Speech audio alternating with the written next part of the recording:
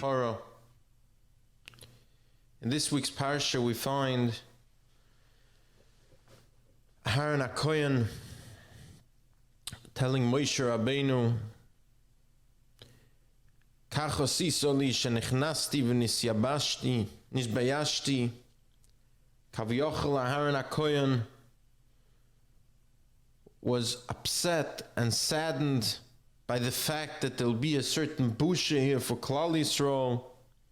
Kavyochel ki'ilu Aaron is not worthy of Ashros HaShchina. The same we see in the beginning of the parsha, when the Torah comes to tell us that Aaron HaKohen went into the Oil Moed with the tzivu of HaKadosh Baruch Hu, and Rashi brings on the spot to tell us, Shelo Yoimru, people shouldn't say that he went in without the tzivui. And what we see here is an incredible sensitivity on the part of the Torah to tell us that even Aaron HaKohen, even Moshe v'Aaron, Yesodei Olam, have what we have to consider as human sensitivity, and the fact that indeed the Torah tells us no matter who we are, no matter what level we reach, we still are humans, and those feelings have to be taken into consideration. Reb Yankele tells us Reb Yisrael Salanta, before his passing, was in Königsberg, away from Lithuania, away from his Talmidim, and before his passing, all he had was one of the townsfolk there. And finally, when his Talmidim heard about the Petira, they sent Reb Itzele Blaza Zatzal to go there to see if he can still hear a tzavah, or at least if he should be there. Lamaisa, he came Acha Maisa when Reb Yisrael Salanta was already in the Olam HaElyon. And of course he partook in the Levaya and the Hespedim. But afterwards he asked if there was a tzavah from his Rebbe, Reb Yisrael Salanta. And they sent him to this fellow who was there b'shas Maisa, who told him that indeed Reb Yisrael Salanta left the tzavah. And the tzavah was the Mishnah in Ovis, Hakina v'atayve v'akoved moitzien es ha'odam en ha'olam. And as soon as Reb Itzele heard this, he said, I have to go back to Lithuania and let the Talmidim know the tzavah of our great Rebbe, Reb Yisrael Salanta. And indeed, when he came back, he gathered his chaverim and he told them the tzavah of Reb Yisrael Salanta, Hakina taive v'akoved moitzien es ha'odam en ha'olam, and they all burst out crying. Because indeed the Gemara tells us in Kedushin that when there's a hey before a word, ha'odam in our case, it means the greatest of greatest. And indeed Reb Yisrael Salanta was leaving a tzavah to his Talmidim that even the greatest Adam, ha'odam, still kineh taiva kavod is still relevant.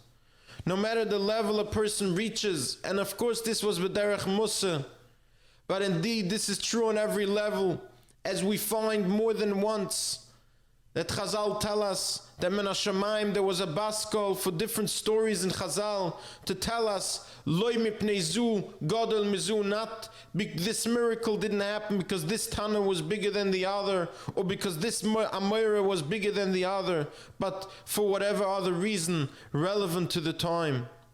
Choyni Amagul Tzadik Yisoid Olam, that HaKadosh Baruch Hu put him to sleep for 70 years, as we all know the story, and when he woke up and he tried telling people who he was, they didn't believe him, and therefore he preferred dying.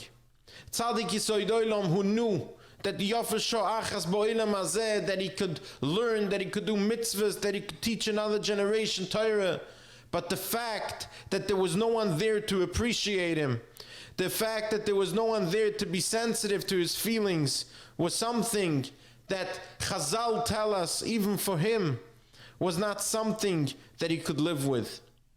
And of course, the Torah and Chazal did not just tell us stories for story time. This is something that we need to take with us and to remember that indeed for ourselves and for the people around us, no matter how much we grow and no matter how much we want to grow or we want them to grow, the Torah tells us the sensitivity that we need to have is so valuable that the Torah and Chazal in many places took the time to tell us and to teach us that we're obligated. And this could be, as Reb Moshe Feinstein in Igros Moshe, where he explains in relevance to medication on Shabbos, where someone being upset or ba'atzvus could be considered a medical condition, of course, stemming from this idea, because a person's feelings, indeed, if we're not sensitive to them, could lead to real issues, as Choyni Amagel, indeed, the Torah tells us, Chazal tell us, could not bear being without Chavrusa. This week, of course, is also Parshas Poro. Parshas Poro, some Rishonim argue, is also the Eraisa. I would like to keep it short, just as with one thought as we go into this, how indeed this could be a Eraisa for us. Because, of course, we don't look at this Yom Tovim that are coming, the Yom Tovim that we live with. These are not stories about things that happened in the past, but rather these are times of opportunity. These are times that HaKadosh Baruch Hu, as the Zohar tells us, sends down these ashpos, and every year a person, as the Balagoda tells us, Chayav Adam Liras Atzma Kilehu Yotzim Mitzrayim, everyone has to feel like they left Mitzrayim, because indeed, in this time of year, HaKadosh Baruch Hu gives us the ashpos to leave our own Mitzrayim. And of course, just like before Karban Pesach in Eretz Yisrael, which we should be zoiche this year still to do, Klal Yisrael had to go through the Parah Aduma, had to go through a time and a period of cleansing. The same way this cleansing, this opportunity for cleansing and for Tahira comes down now, Parshas Poro. And that, of course, is something that we're all obligated to partake in. And may we all be zoiche this Shabbos to start going higher in the madregas of Tahara and finally reach to be able to be noichal min azvachim and apsochim this year Pesach in Yerushalayim.